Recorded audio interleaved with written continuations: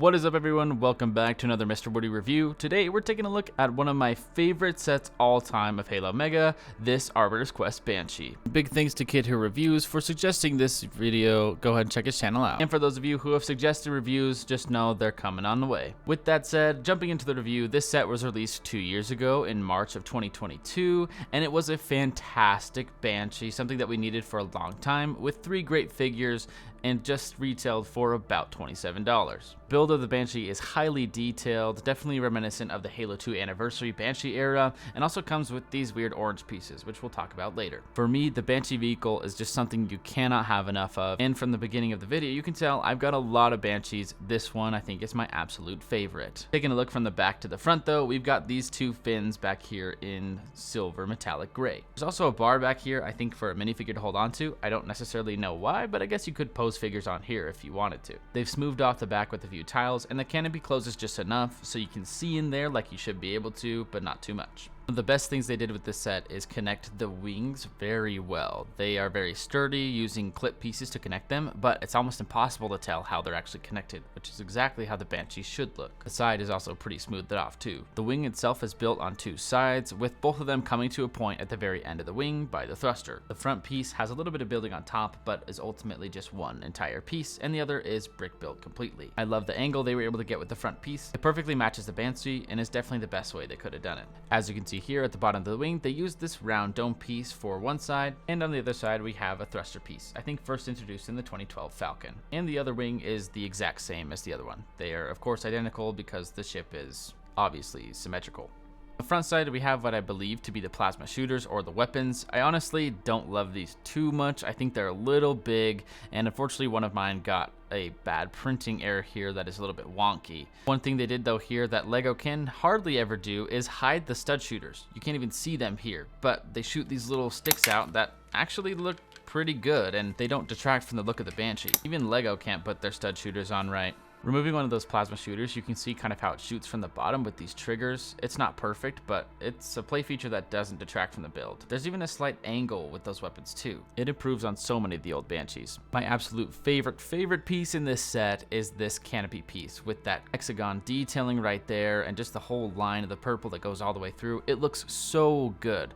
A lot of people will say that Mega uses really big pieces in their builds and isn't as brick built as Lego, but honestly there is no brick built scenario where I think a canopy could look better than this. I appreciate Mega being willing to be different and having big pieces like this that really fit a shape that only a piece like this can do. It looks very good. And of course the canopy opens up just like previous versions to reveal a simple but beautiful interior. They use their rounded half cylinder pieces to lead us up to this beautifully crafted console. It looks great and of course is printed. No stickers required. We don't really see this console in game, but it's great that they included it. And lastly, we have this stand, which has been holding up the Banshee this entire review. A little bit wobbly, but at least it's included, right? Oh, and remember this thing? It's included too, and it changes this Banshee to this one. This is all completely included. There's no extra purchase, nothing. You just get a brand new canopy piece, orange pieces, everything just thrown in at you. It looks pretty good. They definitely still have some of the purple showing, but in the Halo 2 game, that's kind of how it was with these Heretic Banshees. Definitely not my preferred look, but it does encourage you to buy 2 instead of just 1. I still think the purple's better though.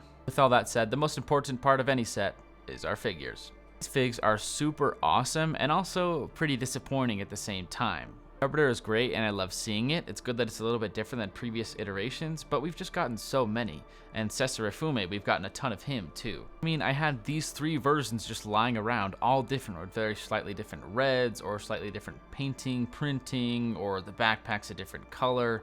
And I'm like, do we really need 3 versions of a guy who was in Halo 2 for maybe 3 minutes? We'll admit the backpack and the armor is really cool, but this is where they could have given us a grunt or anything really that was part of the Heretic group versus just another plain old Cesare or Refuma, whatever you want to call him.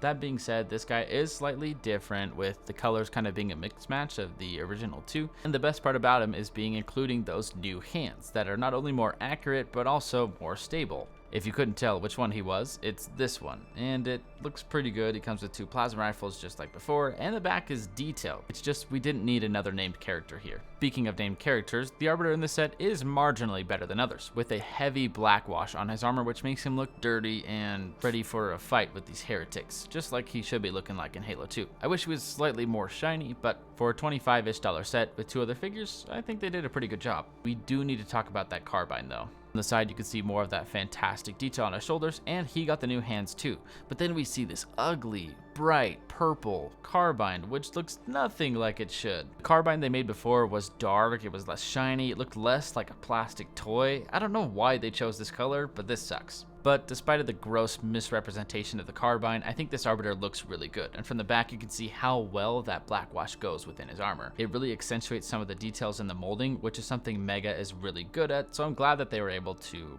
make that look better. If you don't have an Arbiter, you'll probably love this one. If you have 30 like I do, this one is just kind of another Arbiter. My favorite figure in this set though is just this plain old follower Heretic Elite. I love the color, and while the armor's technically not new, this is the type of figure I want to see in these cheaper sets, figures that are very army buildable, and I would definitely want to have multiple of these. I wish we would have gotten a Heretic Grunt though. His shoulders and sides look great too. They put just as much detail to this figure as they did to the other ones, which I think is great for an army builder. He's the most unique of the 3 and looks really great from the back too. But with that said, that is the Arbiter's Quest, a set that unfortunately right now is a little bit hard to find at retail, but is such a fantastic build with lovely minifigures and a 2-in-1 option as well. If you don't have this set, I would definitely recommend trying to find it now, as the price is definitely going to keep rising over time. This is one of the best Banshees that we have gotten to date by far, and I'm so happy that I can have as many as I do in my collection. Thanks for watching. Don't forget to subscribe and hit that like button, and let me know what reviews you want to see down below. We'll see you next time.